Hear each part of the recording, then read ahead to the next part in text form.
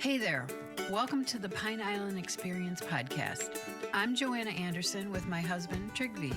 Each of our episodes will be conversations with fellow Pine Islanders. The goal of our podcast is to share with you our experiences, what we have found to be fun, and what makes the Pine Island experience so unique.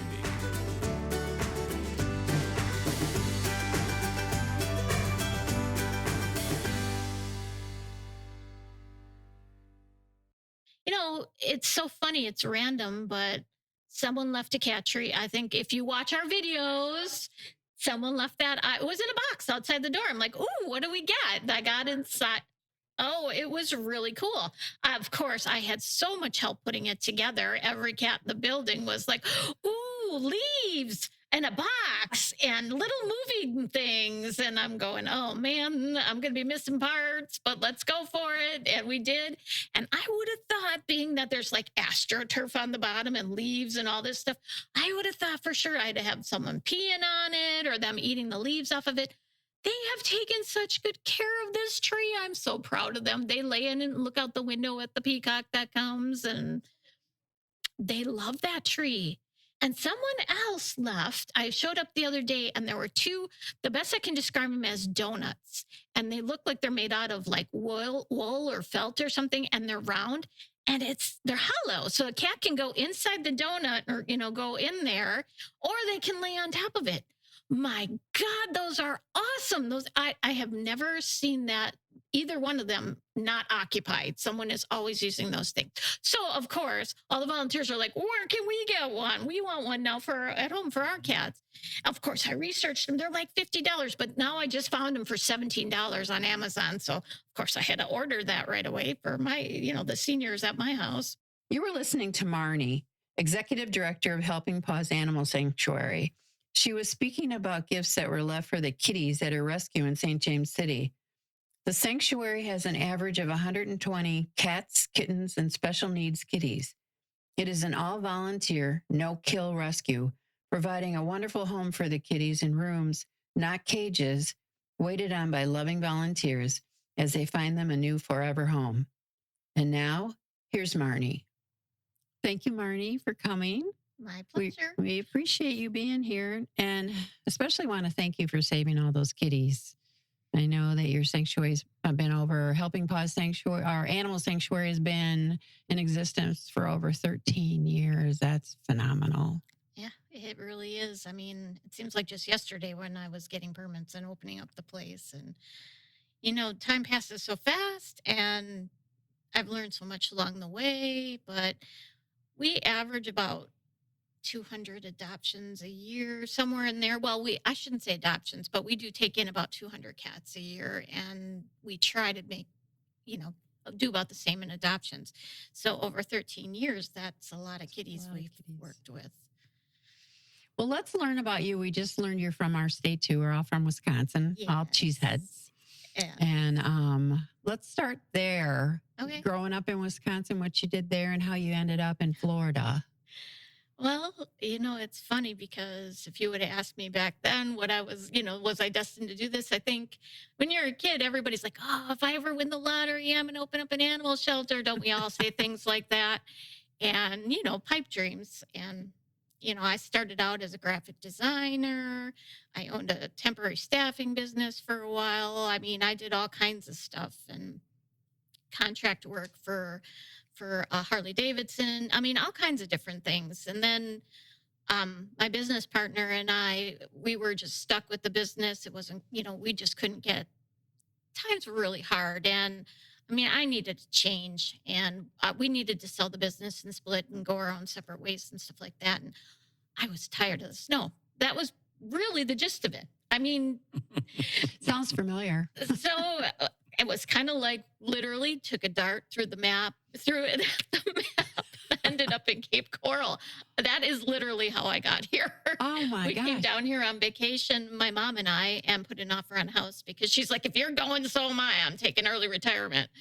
So yeah. So your mom came with you? Yeah, she had MS. So I was kind of her caregiver also as well. So we both came down here, and so right away, naturally, you stick with what you know. And I started up with the graphic design again, and worked at the Breeze for a while. I worked at the News Press for 8 years and got laid off from there. Mhm. And the week before I got laid off, a stray cat had shown up at the door of the News Press.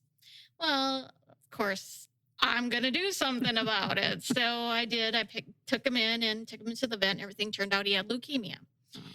And I tried to find, I had other cats and they are contagious. And I'm like, well, what do you do with a cat that has leukemia? And, they were telling me to put it down, and I'm attached. I'm not putting this cat down. But I would just remember sitting there. I had a spare bedroom. I put him in there, and I just remember patting him and going, if I ever win the lottery, I'm going to start a shelter that takes leukemia cats. Well, lo and behold, not even 2 weeks later, I get laid off of work, and I'm like, well, really, soul searching time. Do I want to continue doing this graphic design stuff, or why don't I do something I really want to do with my life? And I'm like, I want to start a shelter, but, I've owned businesses before. I knew what the commitment involved. You don't get holidays and stuff like that. You work 24/7 when you're a business owner. And I don't think a lot of people realize what kind of commitment that is. And do I really want to do all that again? I kind of was viewing Florida as my retirement early, just because of all the nightmares of owning a business. And it was such a relief to just work for somebody else and not have all that headache. Mhm. Do I really want to start this up again? But I looked at that cat and I'm like, oh, why not? So I cashed in all my retirement, started looking for land, got all my logos done, filed all the paperwork, blah, blah, blah. And the next thing I know, I've got Helping Paws, and it's 13 years later. Oh, that was gutsy, cashing in your retirement. Probably, but I've always been that way. If there's something I want to do, I'm going to do it and Mhm. just worry about the consequences later. And I know that's probably extremely stupid, but things have a way of working out for me. I mean, maybe that sounds kind of arrogant, but that's how I always feel like things are meant to be if things fall into place. And it's been that way with Helping Paws. If there's been days, especially when we first started, where we were broke, and I'm like, man, I need litter. How am I going to afford litter? I'll show up at the door of shelter, and there'll be a pallet of litter out front. And it's just always been that way. And that's how I know I did the right thing. Mhm. So I'm sure there'll be a time when I'll be broke as anything and going, why did I cash in my retirement? But, that's a problem. I could die tomorrow. And then, so maybe that won't be a problem. In the meantime, I'll have done all this and, have a lot to show for it. Well, at least you didn't have to outsource a graphics designer to get the business off the ground. Yeah, that skill comes in handy. And, I've got a journalism, background and everything too. So I did a lot with newsletters and stuff like that. But, the demands of owning the shelter, I mean, I do the book work. I do all the behind the scenes stuff. I'm there just about every day, taking care of the cats and doing all the stuff behind the scenes. So things like newsletters and stuff became a luxury. Mm-hmm. And when we first started, we had this cat named Peter Dragon, and he was my muse. I did most of the newsletter from his perspective. He was my ace reporter. You channel these. Everybody does it. You have an animal, and the next thing you know, you're having conversations with them, and you're talking in their voice, and you're answering yourself, and you're thinking to yourself, man, I'm crazy. Did you name him Peter Dragon? No, he came in named that way. He dragged his back feet. Oh, so he was Peter Dragon. Okay. Yeah, I know. Without the background, it probably you're like, what? Graphic design, video editing, audio editing. There's a whole slew of things now that were studio-based, big business, corporate jobs. Even photography. I know there was a big, and I'm terrible on time, 10, 15 years ago, every newspaper had photographers. They let them all go.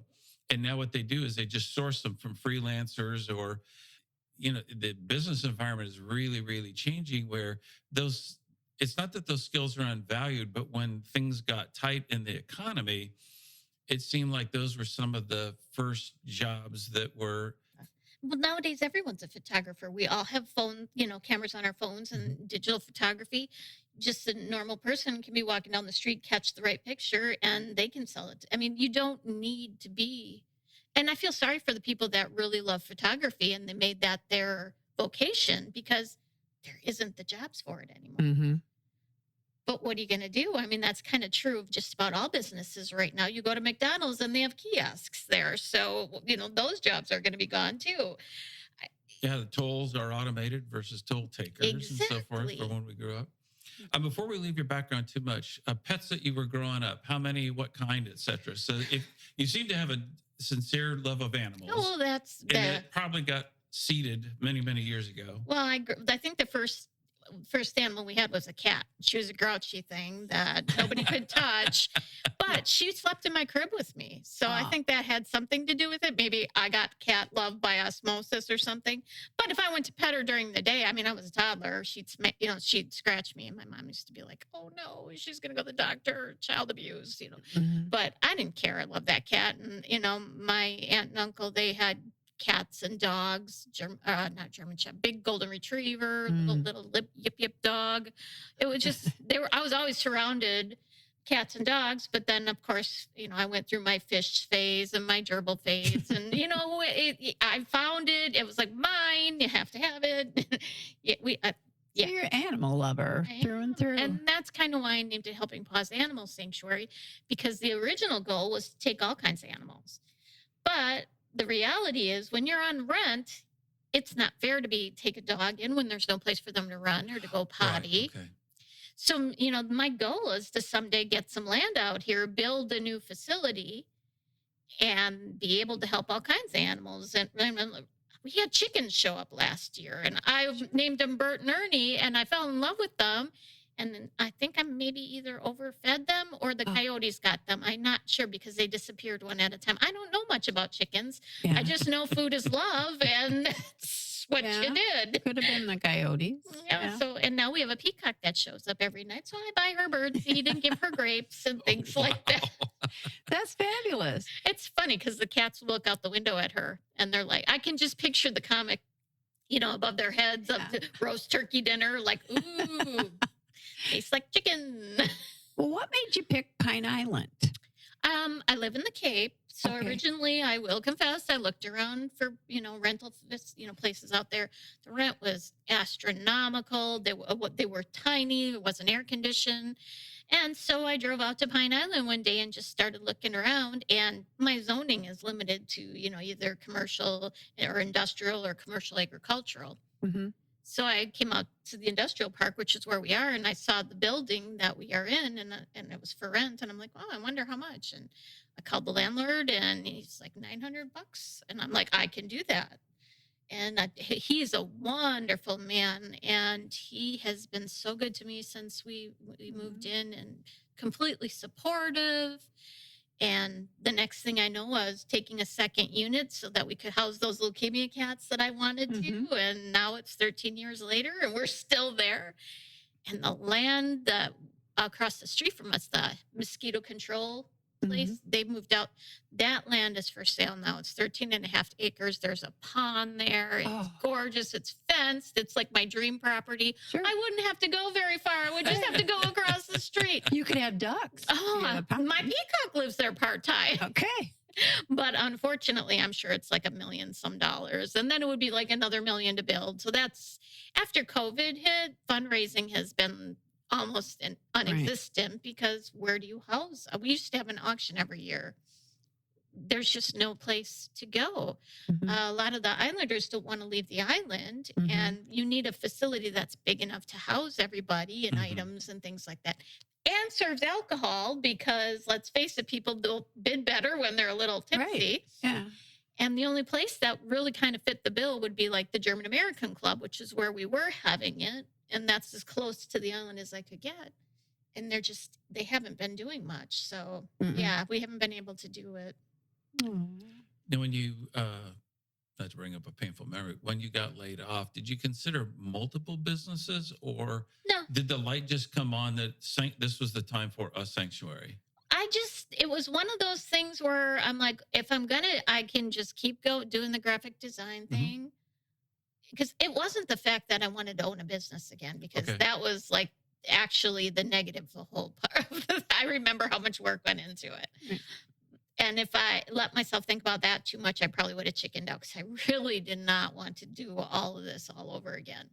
But it was a matter of, do I want to just basically a 9 to 5 soul sucking job for the rest of my life? Or do I want to do something I'm passionate about? And the only thing I could think of at the time that really inspired me was working with animals. And let's face it, when you start a new career, you meet new people, you learn new things. So it was a chance for me to start all over again, learn something new, do something different. They say the average person has like 3 different careers in their lifetime. Yeah. I've had about 20. I've never been married. I'm kind of a commitment phobe. I can't even get a tattoo that I want to commit to. Yeah. So a career for me That is more permanent than marriage. by the way. Oh, I know. And so that is I've never been one of those persons that said, I'm going to have this job and I'm going to retire.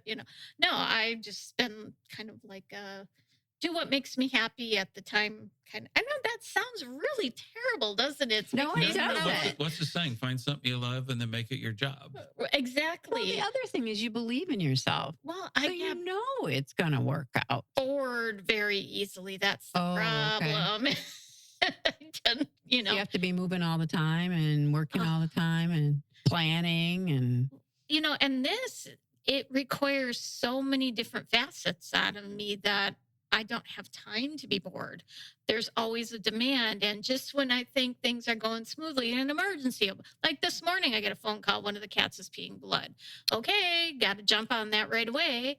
And I've learned a lot about veterinary medicine doing this too, because you can't do something for 13 years without picking up a few tips along the way. And so I'm like, I play a game with myself every time I take an animal to the vet. I'm like, let me see if I can guess the diagnosis. And in 9 times out of 10, I'll be like, okay, let me guess. This is cystitis or whatever. And the vet will be like, very good. It's just a game I play because I like to keep my skills sharp. Now, you mentioned about driving out to Pine Island and finding a rental, and the rent was reasonable.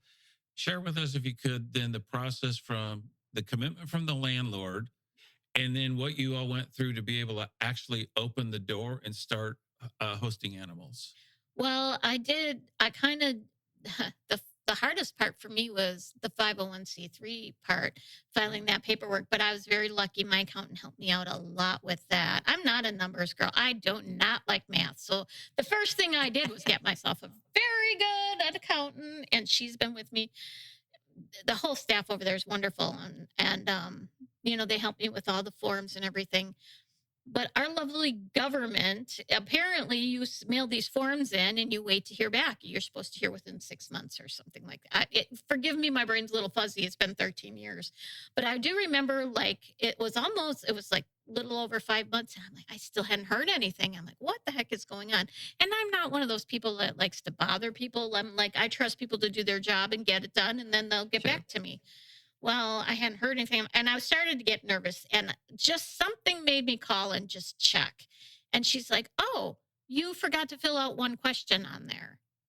And I'm like, oh, okay. She goes, you're lucky you called, because if you wouldn't have, you would have had to start all over again and refile it and pay another $700 processing fee. I'm like, you are got to be kidding me. Thank goodness I called, because what if I hadn't? That'd have been a lot of money to throw out the window just because I missed a question. So I overnighted it, got done, and so that was probably the biggest nightmare inducing story of getting it together. But before we moved in, it was just an empty warehouse, and so I had to find someone to go in, and I wanted to build rooms in there, because you cannot just have a one big room with cats. No. They have to have places to go and hide and separate.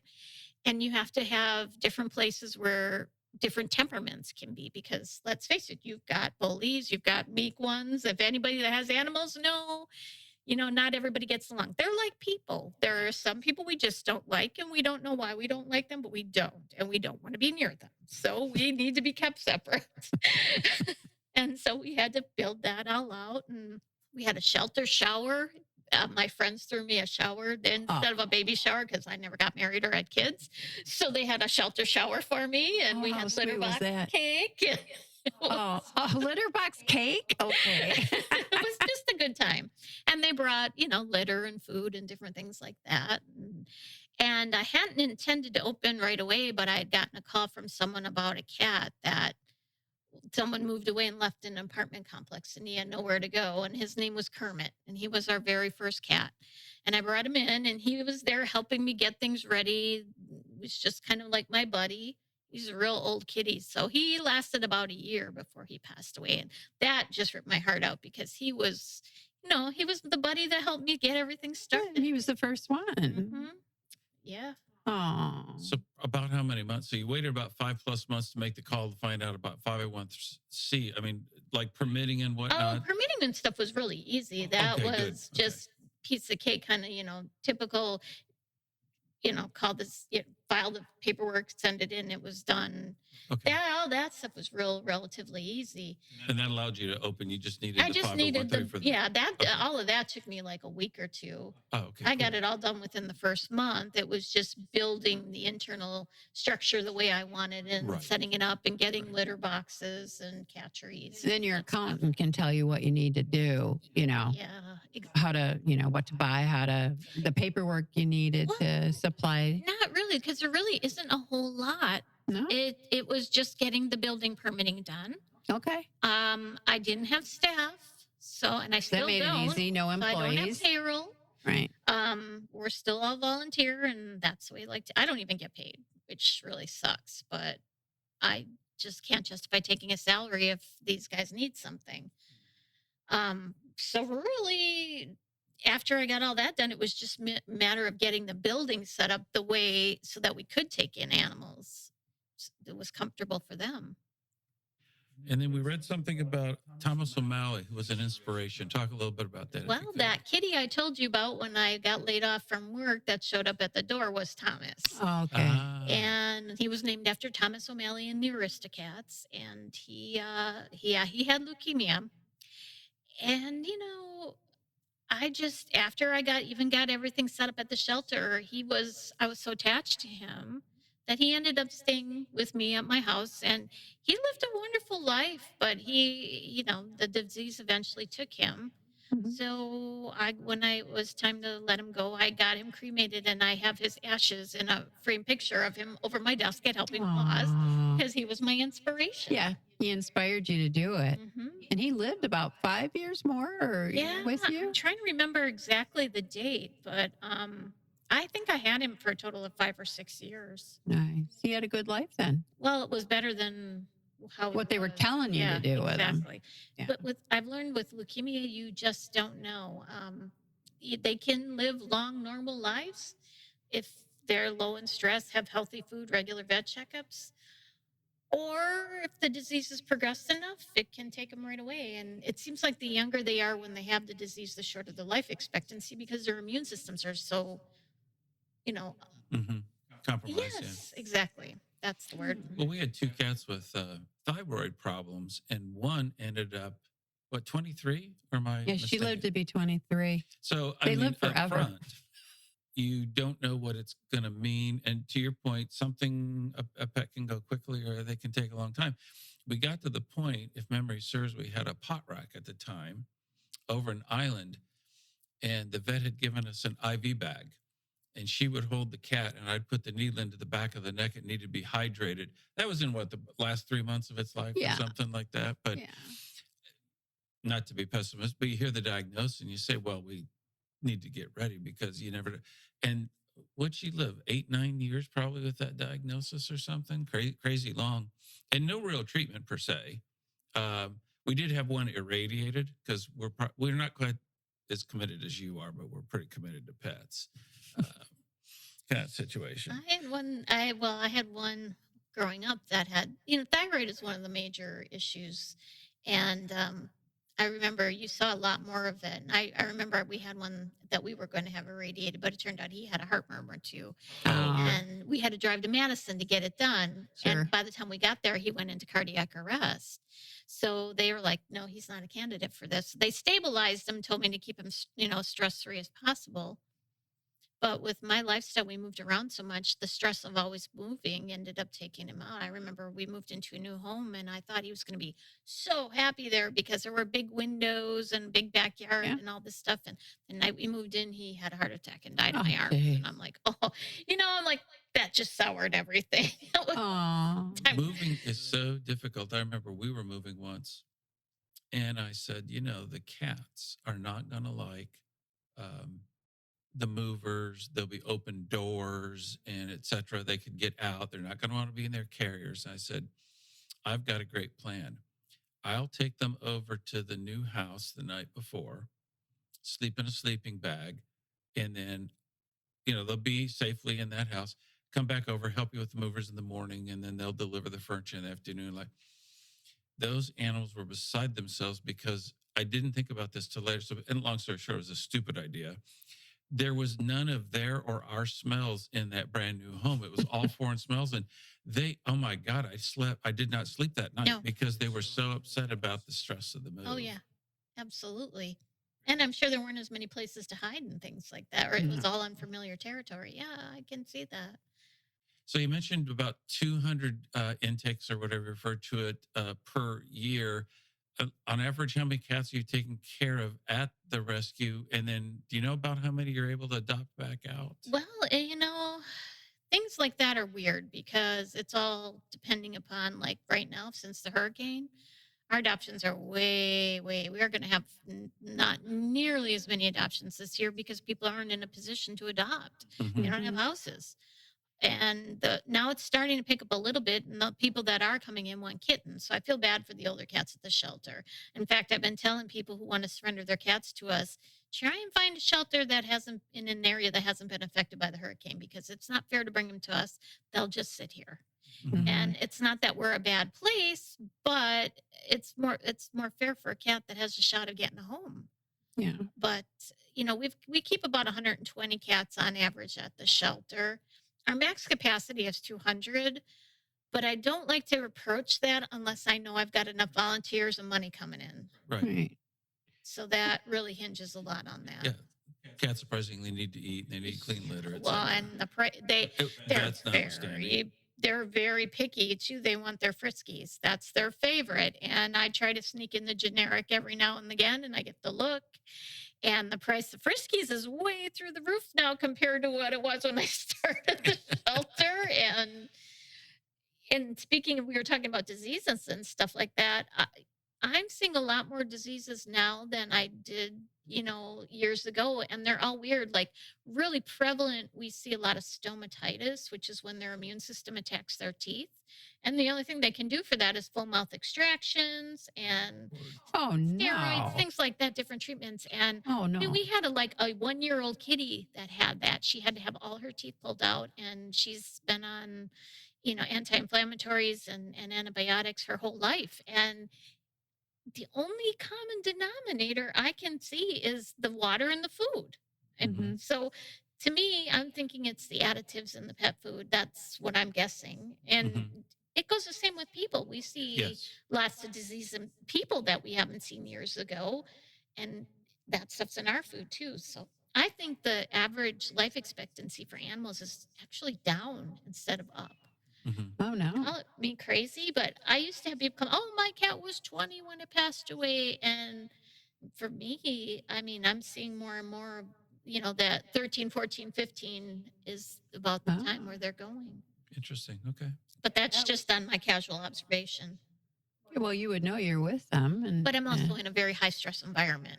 That's true. But even just judging by people with their own cats, I hear a lot of my cat's got this or my cat has kidney failure is like the leading cause of death in cats. Okay. And, there's just a lot of that. And I do hospice care at my house. When we ask for fosters and things like that, there's so many different ways, different types of fostering to do. And I feel like I'm too old to do kittens. They need too much for me. They have too much energy. So I like the older ones that just kind of want to snuggle and that. So I took on the hospice care. And so any of the ones that are very old or have any kind of terminal illness get to come live with me because I feel like they should have a home at the end. But I've got one with one eye right now that has a thyroid and high blood pressure condition, and he gets his medicine twice a day. I mean, different things like that. Yeah, those ones come live with me because the shelter is just not conducive. Right. Yeah. But it's crazy to me just how often, that these weird diseases are popping up and how young these are that, they're passing away. And I assume these people probably, whether they know or not, come in assuming that they're going to get a healthy pet that's going to live for years. So not only age notwithstanding, if in fact, with full disclosure, they're aware that there's an illness, that's probably going to turn the person off. Understand, I'm not being critical, but that almost says that there is a need for the hospice level care because there's nothing else. Very few people would go in and that's just my assumption. Right. And very few people want to come in and get an 18-year-old. Mhm. Right. And let's face it, we just had two 16-year-olds come in, 2 weeks ago, and one of them is doing fine. He's totally, and normally when we get a cat that age, I cringe because that's high stress for an old cat. And sure enough, the other one, he didn't make it. His stress. I took him into the vet, and he's crashing. And we've had cases where cats have lost their owners, and they get suicidal. Mhm. They will not eat. They'll turn and face the wall and not look at anybody and just check out. The only thing I can do for a cat in that situation is to get them out of the shelter environment into a foster home where someone is just intently trying to coax them and bring them back. And sometimes it works and sometimes it doesn't. You cannot underestimate the devotion an animal feels with their owner. Mhm. It's crazy. Do you have many foster parents? I have that changes. It's seasonal because there are a lot of people that are willing to do it when they're here. And I mean, right now I've got like 2 kitten fosters and me that are constantly permanently doing this. Everybody else kind of flits in and out as needed and when available. And how about volunteers? It's hard for me to accurately give you a number on that because, again, that's seasonal. Mhm. And I delegated that job as volunteer coordinator. That was just one thing too much on my plate. So one of our board members is now volunteer coordinator, and Oh. they handle how many, and I'm the night shift. No, but well done by you. You have Naming to. a coordinator. Well- That was very smart. Well, there are a lot of jobs that I have to delegate because I'm only one person. And you would be surprised after a while. It's like, wow, okay. I didn't realize this was going to be as big of a job as it is. And what kind of things do the volunteers do for you then once everything's accepted and they're able to come and volunteer? I always tell people to bring what they know and love into it. Like, there are people that come and they clean and take care of the kitties and play Mhm. with them. And we have a photographer that comes every Saturday and does our videos and things like that. And that's something she's passionate about, enjoys doing. Mhm. And, I always tell kids when they come in and they need community service hours, do you like to draw? What do you like to do? Can you bring and offer us to help the kitties? Because it should be something someone's passionate about, because let's face it, not everybody wants to come in and scoop poop. I was going to say, is anybody passionate about changing the litter box? I feel like after doing it for so long that you have to make a game of it.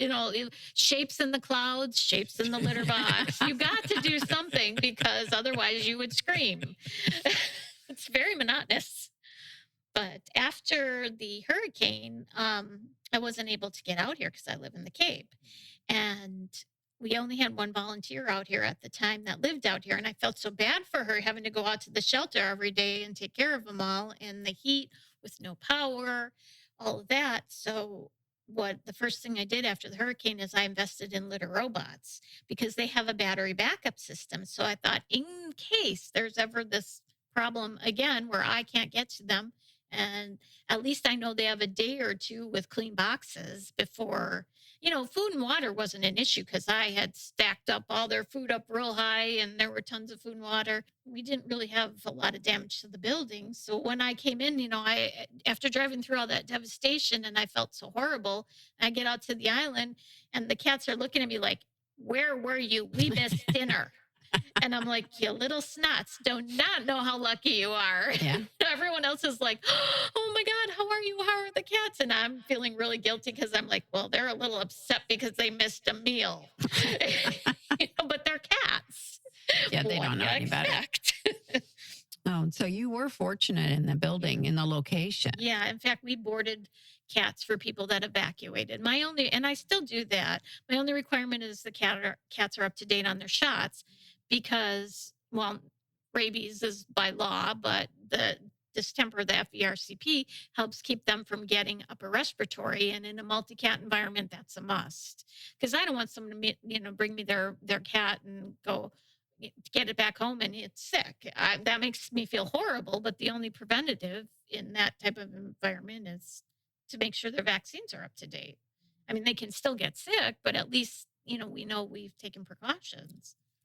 So you're talking about, between COVID and the hurricane, adoptions being somewhat down, fundraising being down.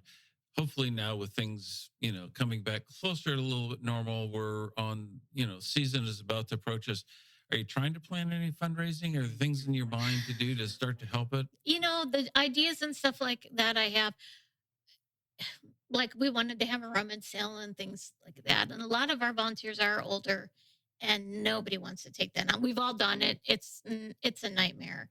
And so we've always have been looking for little fundraisers, things that are easy to do, until we can start planning big ones again.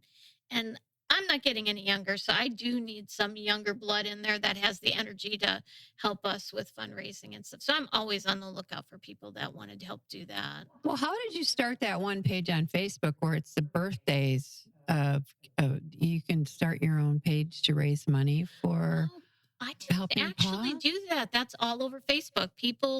Anybody can choose a charity and do that.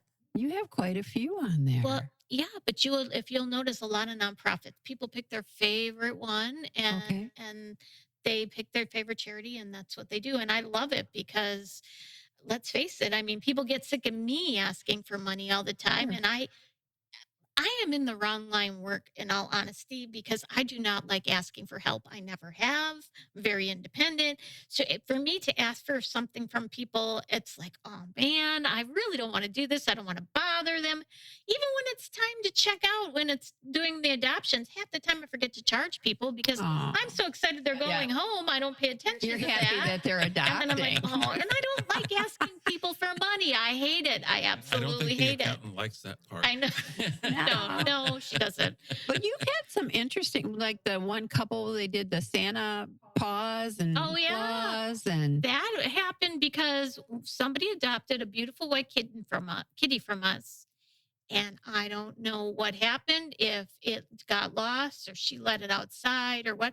I mean, let's face it, not everybody is going to turn out to be a stellar owner. Well, this woman had found that kitty and tracked us down, and I called the original owner to say, "Hey, look, we found your cat." And she never returned my calls, and I'm like, "Okay, so she didn't want the cat." I don't know if she let it out or just moved. I don't know what the story is. But this Santa lady, we'll call her that, she found her and I told her the story. And she goes, well, that's good because I really wanted to keep her. She's wonderful. I love her. And then she said, oh, by the way, my husband and I do Santa place Mr. and Mrs. Claus every year. Would you like to come out and do that for you? So like I said before, things have a way of working out Yeah, for they- me. falls in your lap like that. And I'm like, well, who am I to? And they were the best Mr. and Mrs. Claus I ever met. He was right in character the whole time. It was amazing. Well, And hopefully they'll do it again. well, yeah, I'm hoping, but I know that, it was with the hurricane and everything. So I don't know. I mean, he wasn't in the best of health to begin with. Oh, okay. So I don't know how much longer his Santa days are going to be. He had a lot of back issues, and to lift up kids and pets, that's not an easy That doesn't thing. help. No. And you have Valentine's Day. Oh, yeah, that. Fundraisers, didn't you? That was the funny, because there was kind of like a debate between the lovey-doveys, I call them, and the lonely hearts, because half of the volunteers wanted to do, let's sell jewelry and let's do what, and then there's me, let's put your ex's name in the litter box, because I always go for the funny dark humor. That's just me. You did that? I did. But in all fairness, I only came up, I decided to do it like the night before Valentine's Day. So there really wasn't much time to lead up to it or anything. Mhm. But we did have a few takers, and we did put their names in the bottom of the litter box and let the cats pee on them. So there you go. But it wasn't limited to exes. We said Hurricane Ian was the big prevalent in the bottom of the box, and Mhm. people that said cancer and different things like that. So. Well, people listening to you on the podcast, to let them know about the donations, there's a great big donate now button on your website. I am faithful with that. Yeah, that one works well. It has PayPal or credit card, which is Yeah. phenomenal. And it's tax deductible Absolutely. because of your status. And then they can drop by with a check or mail a Of check. course, Or yes. I mean, I never say no to any sort of thing, but again, like I said, I'm horrible at asking for things, and I do notice that a lot of people don't like to give money. Money is, in all honesty, the most helpful thing, because we have a lot of vet bills. But for the people that don't like to give money, Friskies canned cat food is the number one need on our list, Oh, is because it? Sam's Club limits me to 5 cases at a time. And I think I go through a case a night of food. So yeah, and it gets Well, it's to be a lot. 120 on average, right? So I mean, Mhm. that's Right. So It's Friskies canned cat food. yes. Okay. As far as dry food goes, we usually get ours from Costco, because I'd like to stay away from, I'm not a big fan of corn in pet food. It's just Yeah. what and a lot of the stuff with the colors and the dyes in it makes them throw up or have diarrhea. So try to stay away from that as much as possible. So I use the Costco brand, and it's a chicken and rice formula. It's pretty Mhm. healthy and it's cheap. So we just tend to buy that. But the canned cat food, I mean, the prices have went up on that, and they go through so much of it. That is a huge help, It's the because biggest one. I would ask for litter, but a lot of people don't like to lift it and carry it and bring it, so I get that. It's heavy. They have a light version They now do. that's Of course, it's way more way more expensive, sure. But But you have a list on your website We too. I was do. going to say other kinds of supplies. yeah, What cleaning. are other kinds of supplies beyond litter? Cleaning Can you- supplies, Okay. trash bags, paper towels. We have a cat right now. His name is Arthur, that likes to unroll all the toilet paper and the paper towels Of when course. he's bored. So yeah, that's a huge thing for us. You like the little mice toys. Oh yes, they love those. Any kind of, it's so funny. It's random, but someone left a cat tree. I think if you watch our videos, I saw the tree. someone left that. It was in a box outside the door. I'm like, ooh, what do we get? I never it heard of a inside. cat tree. Oh, it was really cool. Of course, I had so much help putting it together. Every cat in the building was like, ooh, leaves and a box and little moving things. And I'm going, oh man, I'm going to be missing parts, but let's go for it. And we did.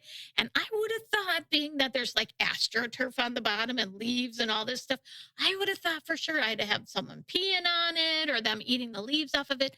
They have taken such good care of this tree. I'm so proud of them. They lay in and look out the window at the peacock that comes, and So they leave it alone? they love that tree.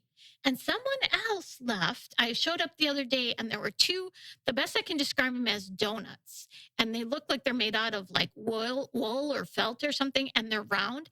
And they're hollow. So a cat can go inside the donut or, go in there, or they can lay on top of it. My God, those are awesome. Those I have never seen that, either one of them not occupied. Someone is always using those things. So of course, all the volunteers are like, where can we get one? We want one now at home for our cats. Of course, I researched them. They're like $50, but now I just Oh. found them for $17 on Amazon. So of course I had to order that right away Right. for my, the seniors at my house. But Well, you have a wish list on Amazon, I saw too. I do. And of course, now that they don't have Amazon Smile anymore, they took that away, which is really heartbreaking. But they have every time it's so frustrating technology. They always change everything just when you Mhm. get comfortable. So now they have some kind of charity list. And so I'm pretty sure I'm up to date and accurate on that. But every time I turn around, they're changing everything. So I always tell people if I don't have it right, let me know. Mhm. But yeah, that essentially, I mean, it's the basics. As fun as it is to get neat things like toys and trees and all that stuff, we really need the basics, which is Yeah. mainly friskies. And people can leave things Absolutely. right there. I mean, even when you're close. Yes, we I have. mean, we did that when our last cat died. We had an Eagle Scout that built us donation bins out front. Okay. It's really nice, except the weather has taken its toll on them. So they're a little creaky, and we probably need to get new ones built at some point. But they're out there and they work. So that's a good segue into the basics. So if people want to come get a cat or donate or whatever, where are you located and what are your hours of operation? Well, we are located in the industrial park, which is kind of just a block north of Winn-Dixie. So it's on Mallory Parkway, but it's really facing Doug Taylor Circle. So if you're familiar Mhm. at all with the industrial park, Yeah, you see it from Doug Taylor when you're Yeah. driving around. I purposely don't have a lot of signage just so people don't dump their cats on me. Oh, We did have smart. someone dump a dog on us one time. And we have a cage out behind the building because, the cats can go outside and get fresh air that way. Well, unbeknownst to me, someone put their dog in it. And Oh. I wasn't planning on, letting the cats out that day. It was kind of rainy. And unbeknownst to me, I'm hearing this barking and barking. And I thought maybe there was a dog loose. I didn't think anything. An hour later, I'm still hearing this barking. I'm like, what's going on? I went outside the back door. Here, there was a dog in our cage. Oh, no. And unfortunately, I mean, what am I going to do with it? I felt heartbroken, but I had to call Lee County and have it picked up. And, I feel terrible because they're a kill shelter and everything. But they are the best place because they're the location for people who've lost their animals to find their pets. Sure. And it was a beautiful, wonderful dog. It was young and I think had a lot of energy and maybe owners couldn't keep up with it. I don't That's know. sad. I hated doing it, but even the officer that showed up said, "Oh, don't worry, this one will go in a heartbeat." So I felt better about it.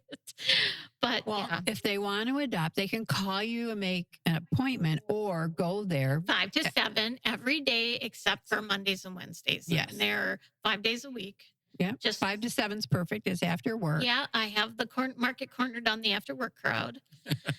There are volunteers there during the day cleaning, usually in the mornings, but they're busy and have their mop buckets out and stuff like Yeah, that. you don't So they wanna- don't really have time to. I mean, not only that, I've learned the hard way over the years. Let's face it, cats poop. Poop stinks. Mhm. People that come in, some people have sensitive nose. They come in, they go, "Oh, that stinks." Well, what's the first thing they do? They run around and leave a bad review. "Oh, it stinks at Helping Paws." Well, yeah, that's because the litter boxes weren't cleaned yet. And you came before we were open. So that's why I tend to not let people in until, Until 5. Yeah. And even then, when you have 120 cats in a building, there's going to be some odor no matter how hard you try. Granted, we do our best and everything. I would not say it stinks in there, but there are people that have sensitive noses.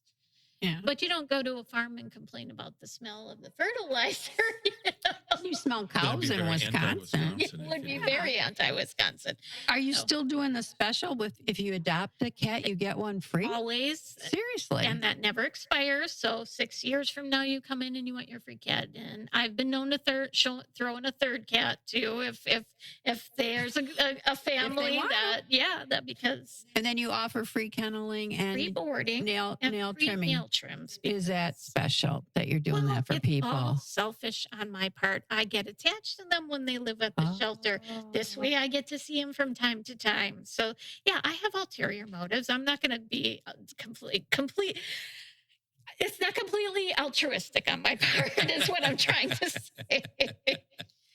Well, thank you. Is there anything that we didn't talk about that you might want to say? Or I don't know, to be honest with you. we- You guys have I think we been. covered a lot. We do. I talk too much. I know. No.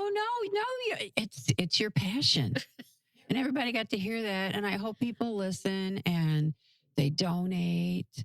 Friskies canned cat That's food a biggie number right 1. now. Yes. And they donate time and they That's- adopt a cat. That's So, also a biggie. I hope. And it's the holiday season. It's starting. Yeah, things do tend to pick up. And you can look for our wind tree up at Winn-Dixie because we do the angel tree there every year with the ornaments, what they want for Christmas on the back. And you can deliver the presents to them, or you can just leave it in the basket at Winn-Dixie. That's a great thing for you to do. The whole month of December, they are so spoiled. It's a great time to be a cat by us. Come January 1st, the doorbell rings and the cats look like, "What'd you bring me?" We're so spoiled. And then there's nothing. Oh. Well, thank you so much. We enjoyed spending time with Thank you for having me. We hope you enjoyed our Pine Island Experience podcast. If you have any ideas for us, people to interview, or any comments, please feel free to email them to us at pineislandexperience@gmail.com. That's pineislandexperience, all one word, @gmail.com. Don't forget to like us, and you may subscribe to this podcast using all the major catchers like Apple iTunes, Google Podcasts, and Spotify. Thanks again for listening, and remember, island life is a constant vacation. We'll see you on the next podcast.